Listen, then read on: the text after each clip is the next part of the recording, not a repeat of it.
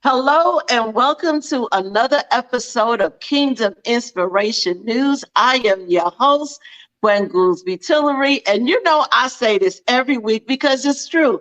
I am so excited about the guest that I have on with us this morning. This young lady is simply amazing. I love her spirit.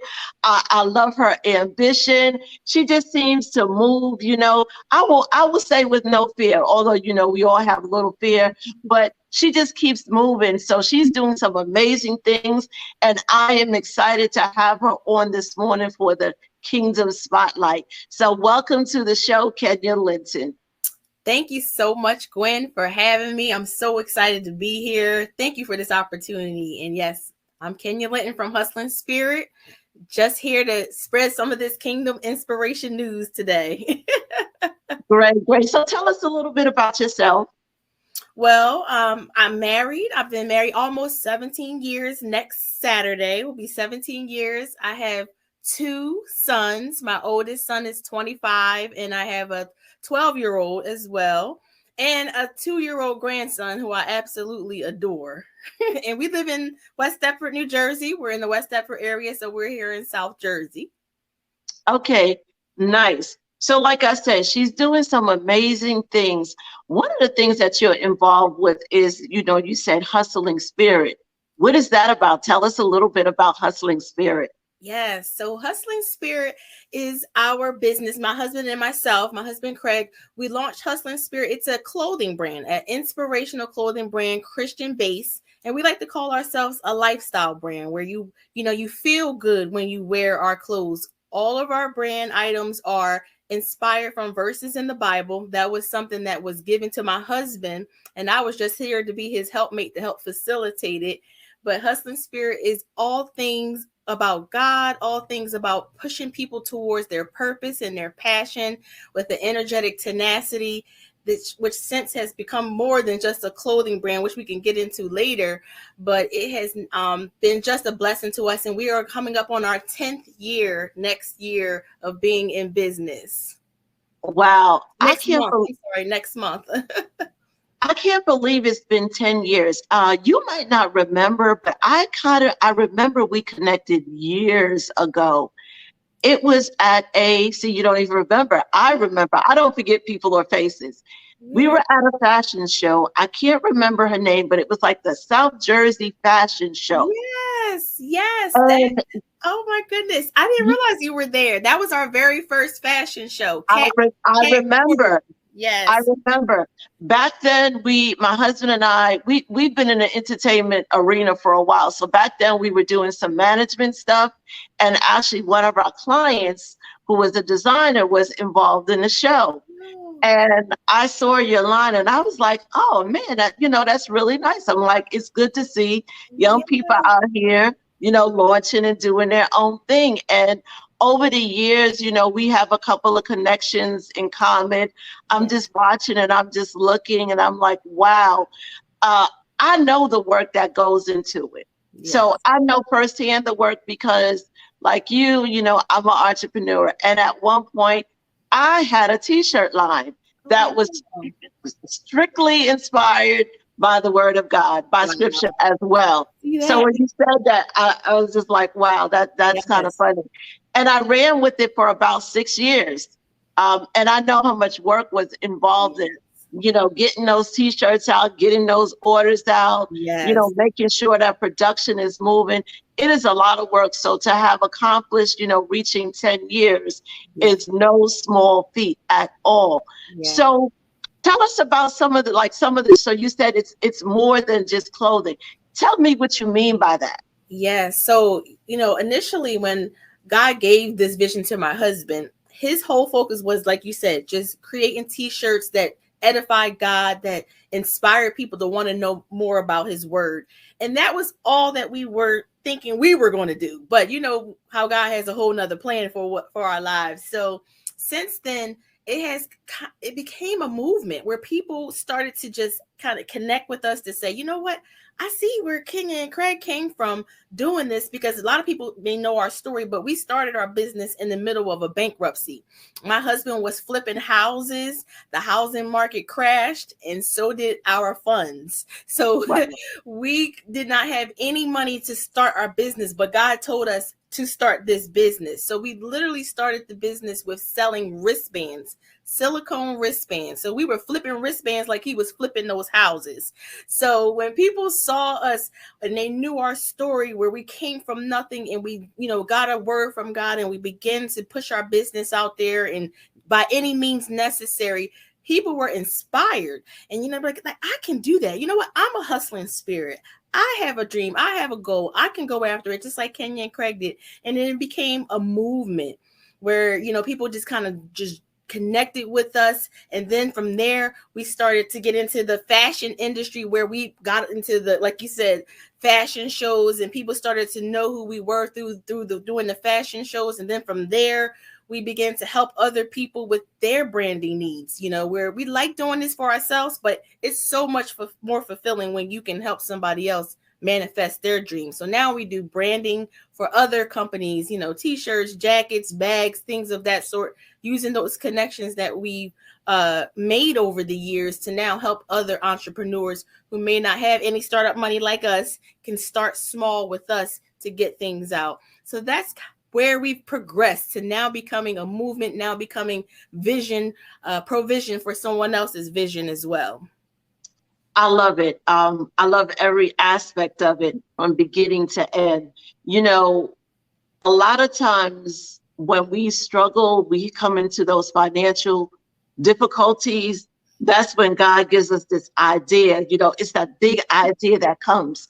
Yes. And so many times people are afraid to move, because they'll say, well, we don't have the money, we don't have the funds. But what I found is that if you just have the faith, yes, you don't necessarily need the funds. So you need to have the faith. Absolutely. If you have the faith to take the first step, to make the first move, yes, God will begin to open the right doors. Yes. He will begin to connect you with the right people. And before you know it, something that you didn't even think was possible, yes, has grown into a 10-year, extremely successful business. Amen. I just have to say that for someone who is watching, that you've had that idea in your mind, you wake up to it every single morning, it's always at the forefront. You can't get rid of it no matter what you do, and you haven't moved in it. If this story doesn't inspire you, then I don't know what. Literally, like you said, almost you said bankrupt? Bankrupt. Yes, bankrupt. Everything but our house was. So listen, but I've heard that expression when you're down to nothing, God is up to something. He's up to something. And so again, you just need to have that faith to be able to move in it, even when you don't see the full picture. Absolutely. So, amazing story. So not only do you have this amazing, I don't even want to say it's a clothing, but a brand. There's a whole brand behind it. Yes. You also mentioned that now your goal is to be able to inspire other people to move in what it is that God has placed in them. Yes. I heard something this morning. I was listening to Clubhouse, and this is, I so agree with this. One of my favorite scriptures is that your gifts will make room for you and bring you before great men. Amen. I so believe that, but it doesn't happen if we don't operate in them. Absolutely. I truly believe God has equipped every single person with something. Yes. He's given you the deposits. He's already made the deposits. Yes. The question is, are you showing the dividends? Exactly. How about that? Yes. Okay. The deposits already been made. Right. Are you showing the dividends? Dividends. So now you're in a place where you've done this, you've been successful, and you want to now be able to share that with other people so that they can move into their goal and their vision and their dream. So what have you started now? Well, in the midst of, like I mentioned earlier, being my husband's helpmate and in building the business, the vision that God gave him, God began to deal with me saying, Kenya, yes, you're here to be a helpmate and to build this hustling spirit business, but who are you? Who is the authentic Kenya Linton? And I didn't get to mention earlier, but by day, I'm a registered nurse. So I wear many, many hats. I'm a caregiver by nature. And it was just a moment in my life. And I remember being so vividly sitting in my office at work in my registered nurse role and just crying out to the Lord, why am I here? Why am I here? Yes, I have this hustling spirit business. Yes, I'm a registered nurse and I'm helping people, but I still felt like there was something more inside of me that I had yet to tap into. So he took me through a course of time where he actually had me uproot from being a registered nurse. And I left my corporate job. And that is where God began to deal with me with who are you and what I've called you to do. And during that time, that was when the Kenya Linton movement was birthed. And that's what TKL stands for. Who is the Kenya Linton? Who is she? Well, there's only one her, right? Just like there's only one Gwen.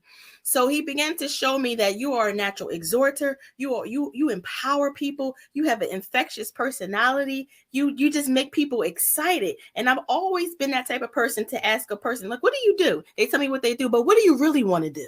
What do you love to do? What could you do and not get paid for? What makes you excited? So fast forward, during that course of time, God was really dealing with me, and I started an empowerment-based Instagram page, just posting empowerment, uplifting posts. And then God said, put it on a t-shirt. But I'm like, but God, but our t-shirts are just art. Our t-shirts aren't words. And God was like, well, I said what I said. So then we started with the TKO movement of t-shirts, just inspirational words in different, quotes that just uplift and empower. Fast forward to now, creating a networking mixer, which is near and dear to my heart, where we get into a room where we have speakers, we have performers, and the goal is to show mainly women, because women are my heart, but men are invited too, but that you can create impact and income with your gift, that you don't have to put a pause on your purpose for your paycheck, that you can have both and you can be successful and you can be fulfilled and you can be happy. So that is where we're up to now. We went from t-shirts, wristbands, now to mixers, empowerment mixers, encouraging people to go after their purpose and creating vision for them, showing them other people that look just like them that are out here doing it. Again, I love it. But it goes back to what I said, God has given us all gifts and talents. He's already set forth a plan for us. Yes. We just have to begin to move in it. And we never have any idea or any clue of what that is until we start moving. So if there's no wristbands, there's no TKL movement, because you see, it kind of builds upon each other. Yes. And that's the thing, is like, God, he has to make sure that you're going to be a good steward over that thing that he gives you first. Can you handle it? Because he's not going to give you the plenty if you can't handle the little. And so a lot of times, people will despise those humble beginnings. Oh, wristbands. What's wristbands? Mm-hmm. Wristbands has taken you to where you are. Yes. So I just want to say that to once again encourage people. I don't care how big or how small it may seem to you. Yes. You don't know what God plans on doing with that thing. And you'll never know if you don't move. That's right. That is so true. So the TKL event is coming up. When is it going to take place? Yes, so the TKL Business and Purpose Mixer is scheduled for Saturday, October 15th, 12 p.m. to 4 p.m. It's in Westville, New Jersey. We are going to be, it's in the, it's called LMB Events, but it's inside the Virga Fire Hall right there in Westville, New Jersey. Okay, so tell us a little bit more, like what can people expect? And if someone is listening to this and they're in the area, why should they come? Why should they come? I like to say that it's not your average mixer. It's an experience. And I'm not just saying that because I'm the host.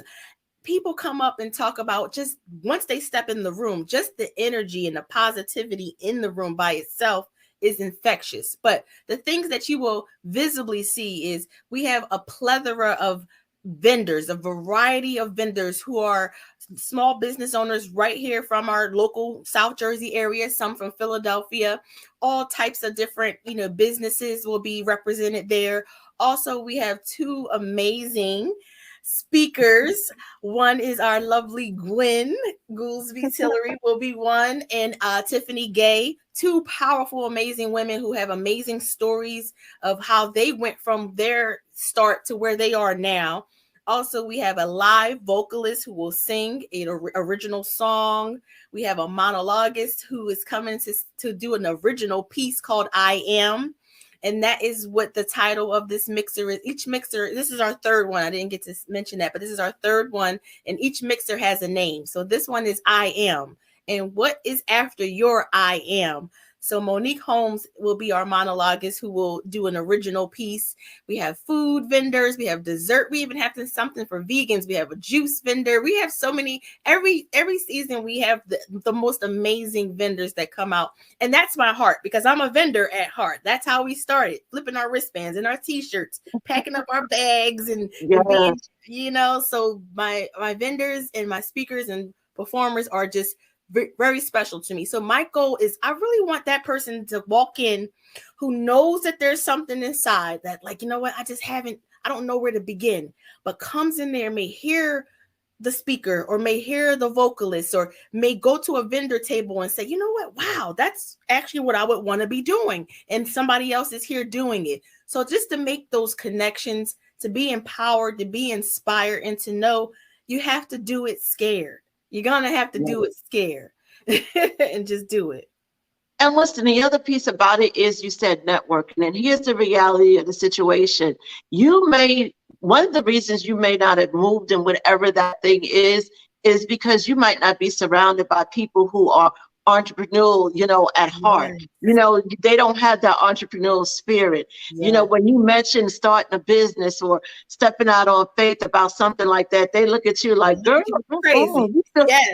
We're still in the pandemic, and you begin to hear the negativity. And once you hear it, it kind of stops you and it halts you. Yes. The great thing about environments like that is that you end up with, we say the men are invited, but there's something amazing, I always say, that happens when a bunch of women, God-fearing women, come together that, love the Lord, love their sisters, and are about God's business as well as business. Some amazing things happen. It totally changes your perspective. It changes your attitude, and you walk out of there feeling like, you know what, I can do this too. And so that's another reason why you should attend this TKL Business Mixer. If you are listening to this and are in the South Jersey, Philadelphia, hey, even drive down from North Jersey or even Delaware. It's still only about 45 minutes to an hour. It's worth the drive, is what she's letting you know. Yes. So if someone is watching and they're interested in attending, they want to get a t-shirt, they want to find out more about you, how can they find you? Yes, so the quickest, most effective way to reach out to us is our website where you can get your tickets. It's www.hustlingspirit.com. You'll see the TKL flyer right there on the first page. You can get your tickets for a nominal fee of $24.99. You can't beat it. For all of this impact, you really can't beat it. You can also follow us on our social media platforms. We're Hustling Spirit right on Facebook. We're Hustling Spirit Clothing on Instagram. And if you want to follow the TKL movement, it's the Kenya Linton on IG as well.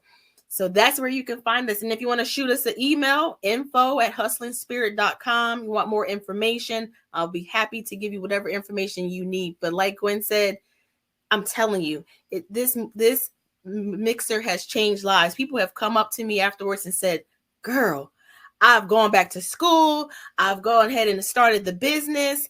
I'm now a speaker because I saw your speaker tell her story. So many stories of inspiration and I can't take the credit. It's all God. It's all God. All I gave him was my yes. I am just his footman. That's it. Absolutely. Exciting. So I like for my guests to always give a word of inspiration or encouragement or something that you can leave the listening, viewing audience with. So can you share something with us? Well, I kind of gave it away a little bit earlier, and it's something that I continue to do, which is whatever it is that God has called you to do, he's already put everything inside of you to do it. You have the tools, you have the know-how, he's graced you for it. So one woman who is very wise to me told me, and she says it all the time, and I say it, do it scared. Do it scared. All you need to do is take the first step. I promise you, he will give you those next steps. He'll send the people. He'll give you the resources. He'll give you a divine download. But he just needs you to make that first faith step. Like the word says, it is without faith, it's impossible to please God. So if you just take that first faith step, even if it's just sending an email out to say, hey, how do you do X, Y, and Z? God will begin to send you those people, those resources, and the know-how. I promise you. I didn't go to school for business. I'm a nurse. I didn't go to school for fashion. I'm a nurse. But this is what he called us to do, and he's graced us for it and given us the resources to do it as well. Do it scared. Do it scared. I love it. Yes. Once again, I thank you for joining us for this episode of Kingdom Inspiration News. I'm excited, looking forward to the TKL Business Mixer, and just wishing you much success in the future. Thank you. Thank you so much. This is Bishop William Murphy. I want you to keep it locked right here on Kingdom Purpose TV. Welcome to the Paradigm Shift. 60 seconds to help you transform your mind and your life. Mark 9:23 says, Jesus said to him, if you can believe, all things are possible to them that believe. Well, in order to believe, you must first know what the Word of God says. And so I encourage you each and every single morning when you wake up to find a scripture, to find a word that can help to establish how you are going to live out that day, because our mind has the power to make it a good day or a bad day. So get in the word and allow it to transform your mind, your life, as well as your day. That's the paradigm shift. Hello and welcome to Kingdom Inspiration News. I am your host, Gwen Goolsby Tillery. As I mentioned in a previous episode a couple of weeks back, September is Suicide Awareness Month, and this is something that I am really passionate about. Overall mental health is something that I'm passionate about, particularly, for African Americans, particularly for, the church. This has been such an area of stigma. And so the word tells us that we perish because of lack of knowledge. And so my goal is simply to be able to bring people on who can share their expertise and share knowledge so that we as an overall community can really begin to make an impact on mental health. And so I have the pleasure of having on Dr. Josephine Harris with me to be able to talk about kind of the state of mental health and where we are specifically as we are still in the pandemic, coming out of it, and how it's impacted our youth. And so welcome to the show, Dr. Jo Harris. Hello, everyone. Thank you, Gwen, for inviting me. I really do appreciate it. So you have over 10 years of experience in mental health. Give us a little bit of background first about yourself. Like, who are you? Where are you from? Tell us just a little bit about yourself. Well, I am the mental health expert. I'm originally from Savannah, Georgia, but now I reside in Washington State. I am an international psychology as well as a certified mental health wellness coach. I'm also the vice president of the Herpreneur Network as well. I am a 10-time best-selling author as well as a 4-time international best-selling author. As a mental health coach, I am a military spouse as well. And I help women, particularly military spouses, to find their self-identity so that they can come from behind the shadow of their husband, so that they can have the growth professionally and personal growth. So that's a little bit about me. Okay. So how did you, 10 years, like I said, over 10 years of experience in the mental health field, how did you find yourself in this field? Was this something that you've always been interested in, or was it something, interest or desire you developed later on? Gwen, the funny thing is that I never thought I would dream of being in the mental health professional because, as you know, I was a teen mom, and straight out of high school, I went into nursing. So I am an RN, but it was that the thought of, I knew that I was going to have a job in that field, so I pursued nursing in the RN, and within that field, it started to drain the energy out of me.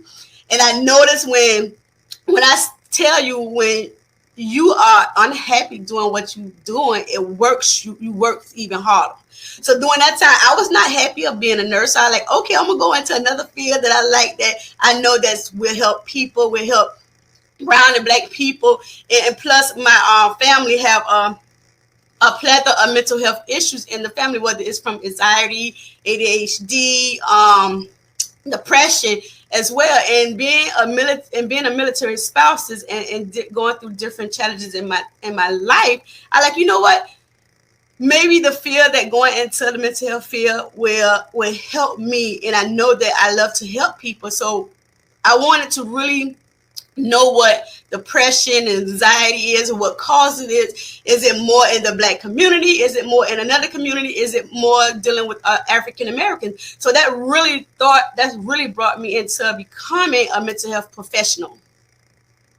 Okay, great. Similar here. Except I actually decided pretty early I wanted to enter the field of mental health. And so when I went to get my BA is actually in psychology. But I actually took a long break from it and then found myself being pulled back into it because, like you, I was working with youth and adolescents, and I saw so many issues stemming around mental health, and I was like, wow, I guess this was something that I was supposed to be in, but kind of took a break from it, returned back to it. And so let's talk about, depression and anxiety and those things.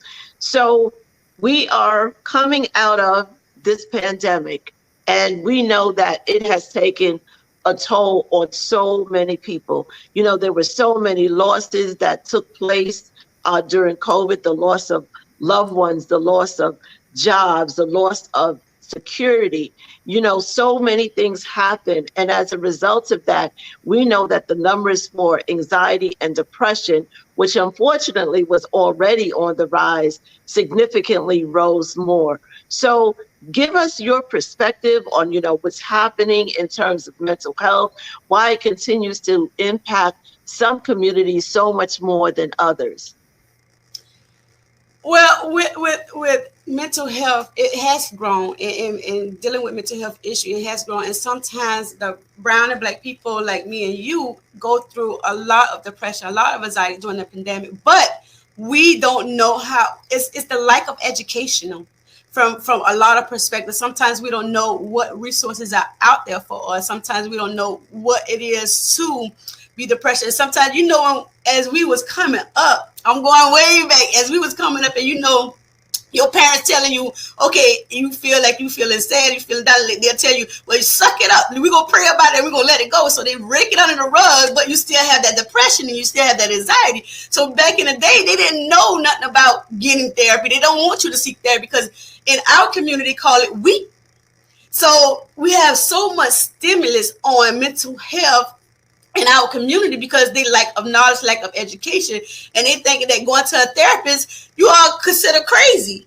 And you have to be careful with certain words you use and certain things you use because you never know what people are going through. And I know that God, as our generation and going back to our ancestors, they pray about a lot of things. They have the rituals and all these and these herbs and stuff like that. But you have to think about it. Times has changed, and God put certain people in your path to help you through these obstacles and challenges you're going through in life. Although the Bible is there and God told you to pray about depression and pray about anxiety, but you also need the help of a professional to guide you and give you the strategy so that you can overcome these challenges in your life. Absolutely. I think a lot of it does have to do with our upbringing and, just the stigma, like you said, the stigma of it. As you speak, I hear, different phrases come to mind. One of the things I think that, and I've said this before, that impacts us is that, we were a community of, what stays in the house, what goes on in the house, stays in the house, and then like you said, all right, your feelings is hurt, get over it. Like, how many of us heard that, like, okay, well, get over it. But the thing about it is so many of us did not get over it. We are still dealing with the trauma of our childhood. And we are being told that all we need to do is have greater faith or pray a little more. And we're not doing the work to actually resolve the issues or the problems. So what as a community that has all these stigmas and all these beliefs around mental health, how do we begin the process of beyond what we're doing now, in this small way? What can we do? What do you think needs to be done to begin to shift the thinking and the narrative in our communities as it relates to mental health? One of the things that we can work on is educating our community, educating them, explaining to them what is mental health. Because guess what? When you feeling sick, you have a headache or you have high blood pressure, you go to the doctor to get that check on. So dealing with going to the a therapist, going to a counselor to get your mental health check on. Mental counseling and therapy is not just for people that have to go through challenges. Sometimes people need help along the way. Sometimes people have difficulty going through life. Sometimes they have stressors that they don't know how to cope with. So as mental health professional, we teach them coping mechanism. Sometimes our coping mechanism might lead to, other people might think is a coping mechanism leading to addiction. Like, you can have so many addictions, like addiction to education, addiction to drugs, addiction to smoking, addiction to sex, addiction to porno. So certain things we have to teach. We have to educate people about mental health and what is mental health for and why it's so important. Because dealing with mental health as a whole is very important. It's like you going to the doctor to get your foot checked on when your foot broke, or you going to the doctor to get your arm checked on. So you have to go to the doctor. You have to go to a therapist to understand your mind, your challenges that you're going through, how you react to stressors. What are some different things that you can do so that you be prepared for the challenging time that you go through in life? Yeah, absolutely. I like what you said in terms of mental health and wellness. That's the other piece. Is sometimes we go and we seek a therapist so that we can remain well, so that we don't start to experience the anxiety and we don't want to experience the depression. And so we can go to someone that we can express our feelings to, that we can talk to, that we can get feedback from. That's a neutral person. Yes, of course, we have our family and, we have our friends. We may have our leaders, in different positions, whether it be at church or other places. But sometimes we need to be able to go to that neutral party, that person who is unbiased, who doesn't know you and can really give you good, sound, solid guidance and direction for you to be able to move forward in life. So that's an excellent point too. Don't always think of therapy or counseling as for people who, are suffering from some significant mental health problem. Sometimes we just need to go again so that we don't begin to suffer from the issue. Because if there's something that's bothering us, everyone can have a little depression or a little anxiety, but when it begins to take over your life, when something that happened 3 years ago is still causing you some level of anxiety, is something that needs to be dealt with. So it's better, the expression, nip it in the bud from the beginning instead of letting it grow and fester, because sometimes, it's just not going to go away. It's not going to disappear. And we need to get comfortable with expressing our feelings. So one of the other areas that has really been impacted over the last couple of years is our youth and adolescent suicide rates and issues around mental health and depression. Realistically, there was a time, honestly, in our community that we didn't have as many teens dealing with particularly suicide. Well, the numbers are changing and they're rising drastically. And so that's the area that we must really begin to address.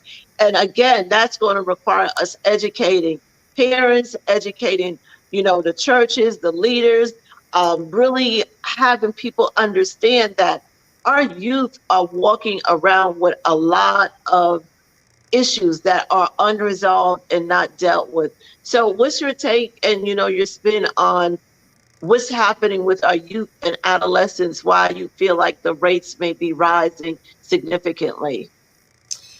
Wow. We went through a time in the pandemic, and we went through a time where the youth has to really transition to online classes and not being sociable with their peers. And it's difficult for a youth to really sit home online for several hours and not socializing with their peers. So the rates of suicide has gone up, the depression rates has gone up, as well as anxiety. So now it's very difficult for our teens to equip to the lifestyle that they was used to, of socializing, hanging out with friends, going to these after school events, sport events. And when the pandemic hit, their whole life was really transitioned into isolating world. And what I mean isolating world is that they, although it's their home, they see people on Zoom,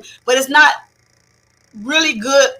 It's different when you see people on Zoom than in person. So the suicide rates is going up. And then think about it. After the pandemic hit, and then everything is getting back into place, then they got to equip all over again with socializing. How are they socializing? What is their interaction with others?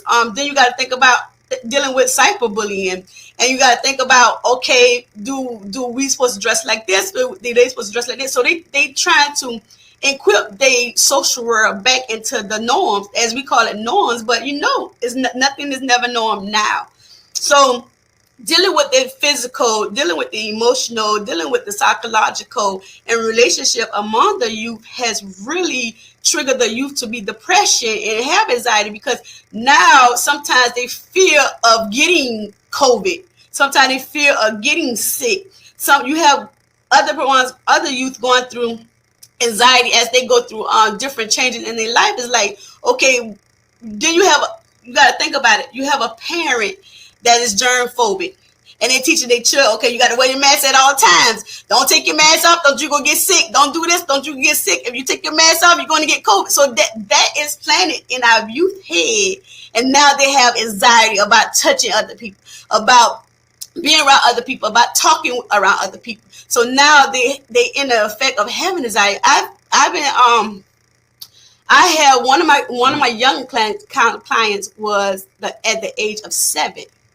She had so much anxiety about going back into the school because her parent put that on her, because that her parent was telling her, if you take your mask off, you're gonna get sick. If you play with your friends, you're gonna get sick. So putting that pressure on a youth, a child that young, can cause very stressful and anxiety situations. So when I say parents, you have to really be careful of what you put into your child. You have to really be careful of what you're telling them. You have to really watch their behaviors as well, because children go through a lot of things and they tell you that they don't feel too good or they sad, but sometimes as parents, we don't listen too well to our kids. You know, that old saying, what you do what I say, not you do what I say. Okay. Not what I do. Right. Not what I do. Do what I say and not what I do. But yeah, absolutely. We're in a different generation now. You know, as it relates to everything, you know, Google changed up the world. Yes. Because now it's easy. You can obtain information and knowledge if you have the desire in a heartbeat. Like literally, you can go to Google and search. I could go to Google right now and I could pull up statistics on pretty much anything and everything. So our knowledge base has changed in terms of how quickly we can obtain knowledge, but we seem to be stuck in some kind of time warp sometimes as it relates to our knowledge and as it relates to mental health specifically. I just want to add a couple of other components as it relates to that, about the whole mask wearing and everything. You know, so the parent has said to the child, listen, you need to wear your mask. You have to wear your mask. Don't take off your mask. Then the child gets in school, especially right now. You know, I still am within the educational field. So, and I have colleagues, my husband. So I'm getting a sense like, you know, are people wearing masks? The majority of people are not wearing masks.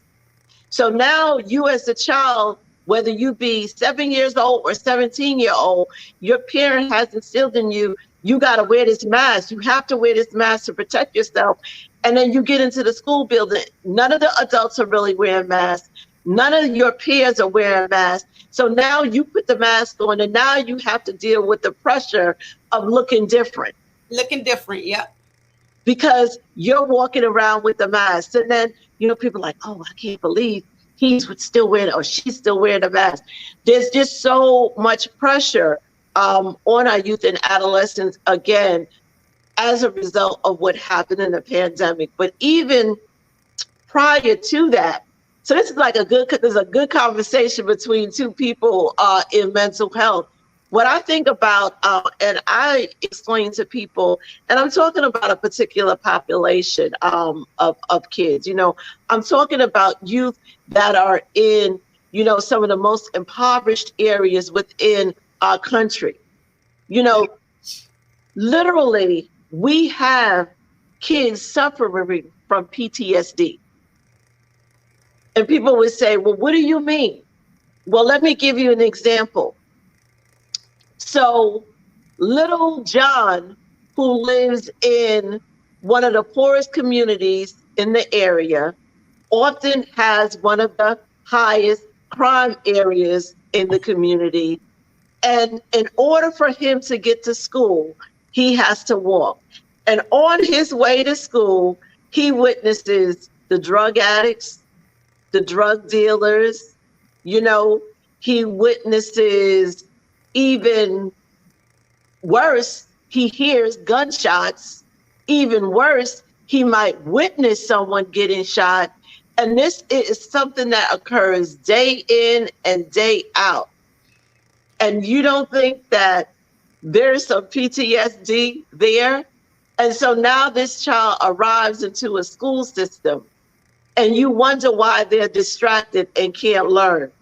You have no idea what it took for them to even enter into that building. And so mental health goes deep in many communities. The issues and the problems run deep. And so it will truly take a community, it will really take a village to be able to deal with all the issues that surround our youth and adolescents. And then, like I said, the reality is that We are in an information age. They are exposed to so much more than we were exposed to. Even just cutting on the TV can be traumatizing now. What you see, what you experience, what you hear. My husband and I will sit and watch TV and we'll be like, oh, they can say that now on TV? Oh, wow, they're doing that now on TV. So kids are exposed to so much more. And even though they're exposed to it, it doesn't mean they're ready for it. That is so true. It doesn't mean they're ready for it. You know, there's developmental stages that children are supposed to go through. And unfortunately, the way this society is set up right now, they're experiencing things at the earliest stages that they should not be experiencing. And it's definitely creating anxiety, it's creating depression, it's creating worry, it's creating PTSD. So our goal is simply with this conversation is to bring awareness for a parent who has a child, whether it be a 7-year-old, like I said, or a 17-year-old. What are some of the signs that parents can watch for to see, you know, whether or not their child is experiencing anxiety or depression or any other issues? What can they watch out for, be mindful of? One of the things, and I tell a lot of parents when I talk to them about children, young children, youth dealing with depression, dealing with anxiety and PTSD, most of the times, one of the things you need to watch for are their behaviors. If their behaviors start changing, if they stop doing things that they used to love to do, if they start isolating themselves from friends or isolating themselves from family, or even if they start giving away the most important things that mean to them. Say, for instance, you have a child that loves games and he starts giving away games, or he starts saying, Mom, I don't want to play this game anymore. But you know that they love gaming. So you have to watch out for those behaviors. Take the time to really listen to your children, because as parents, we tend to not really listen but hear them, and we just blow it off like, okay, you'll be okay, you'll be all right, you're just going through a difficult time. Don't take it seriously. Don't talk it up to saying that they're going through puberty. Don't talk it up to say they're going through a challenging time in their life, or they just acting out because of this. Because most kids act out because something is going on. Absolutely. Don't think that the kids acting out, oh, they just bad. No, kids don't be bad just to be bad. There's something really going on with that child. So we have to watch for these behaviors. Watch for, especially when you have a child that was an extrovert and now they're an introvert. Something is really going on with that child. Sometimes, and then you have to think about, what are they going through? They might be being bullied. Be involved. For me, be involved. And I have adult children. And when they was younger and when they was in school, I was always involved because I want to know what's going on. Although the teachers are there to help your child, but they are there not to raise your children. So be involved in your children's lives in school. Go to the school, see what's going on with the teacher. Get communication with the teacher. I'm telling you, be in communication with the teacher, because the more you communicate with the teacher, the more the teacher will even tell you about your child, because they'll see us changing your behavior on your child behavior. So that's the most important thing, is be involved in your child life and listen. Yeah, absolutely. I agree. We actually were both a part of a recent conference that was dealing with childhood barriers. And one of the things that I said is that you have to recognize as a parent, even though there are so many negative influences out there, you are still one of your child's biggest influences. And so what you say and what you do matters. We can't use that expression about say as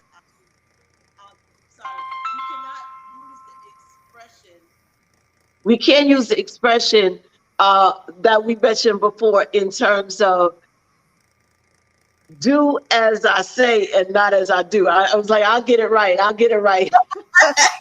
Because kids, listen, we're dealing with a different type of generation now. We have to be the example. We have to lead. We have to lead in love, is what I said. And love is not a feeling, it's action. We've got to take action and let our kids know that we're there, we're concerned, that we love them. For any parent that's listening, or any youth or any adolescent that might hear this, there is help available. There is help. There is hope. No matter how bad it seems, there is hope. If you are looking for help, you dial the number 988. 988 anywhere, and someone will come on and be able to help you.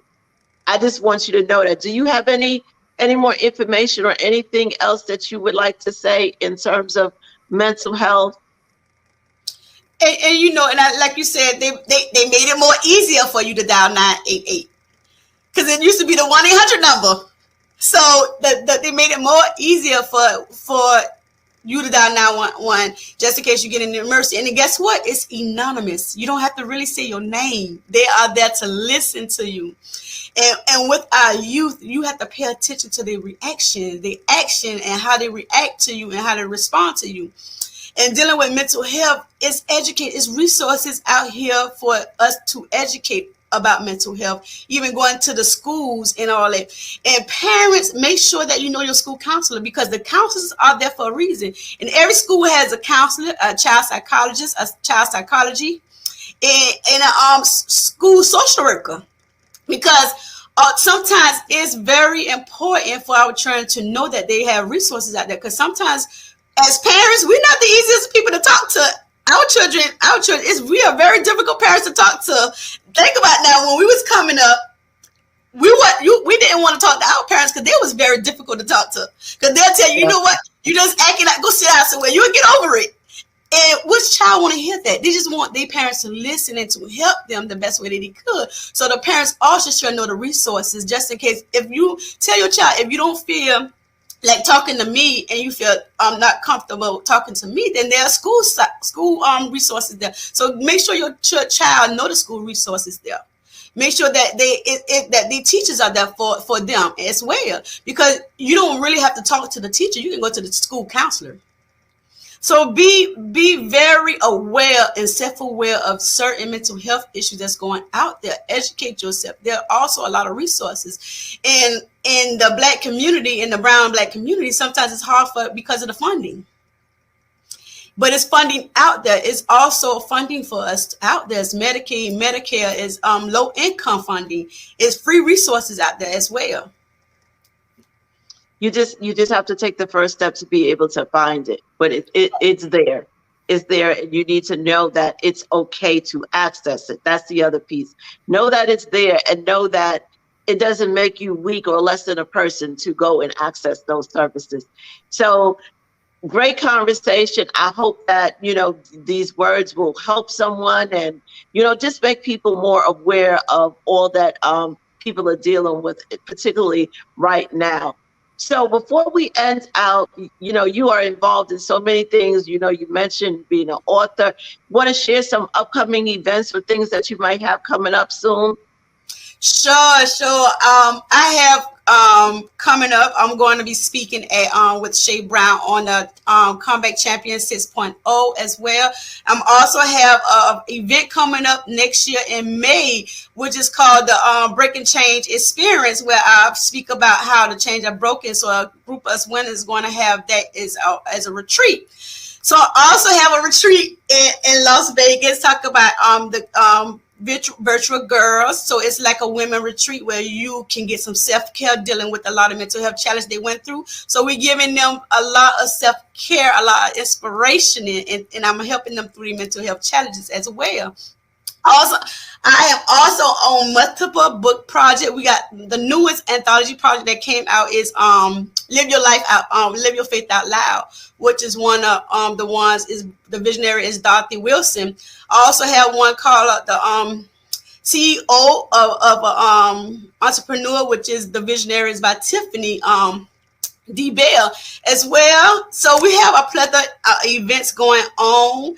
I also have a plethora of events going on with the Herpreneur Network, where I'm the vice president of the network. We have the Her Awards that's going to be in Atlanta as well. So, and we just had a wonderful for retreat called the Her Retreat. It is Christian women in business. It has been dynamic. I'm telling you, it changed my whole life. It teaches women how to overcome challenges as they're going through as entrepreneur as well. But you can connect with me on all social media, Dr. Joe Harris. I also have a mental health blog where I talk about the challenges as a military spouses and what mental health challenges that I ran through as a military spouse throughout my career and out my husband's career as well. And how did I overcome them? It's called Healthy Hearts and Minds blog, where I talk about a lot of that as well. And all my books is on my website is www.commonmindsllc.com. And that's a lot going on, but hey. Well, again, thank you for coming on to be able to have a little dialogue about, the state of mental health, particularly, in the African American community, and some of the things that we can begin to do to break free of the stigma and really be able to make an impact and change so that people can get the help they need. Once again, it's available. If you don't know where to turn, just simply pick up your phone and dial the number 988. It is a 24-hour hotline. Okay, it's called the Lifeline, the 988 Suicide and Crisis Lifeline, 988. So I thank you for being on, and continued blessings to you. Thank you so much, Gwen. I really appreciate you having me on. Thank you. Amethyst, and I'm right here with Gwen from Kingdom Purpose TV.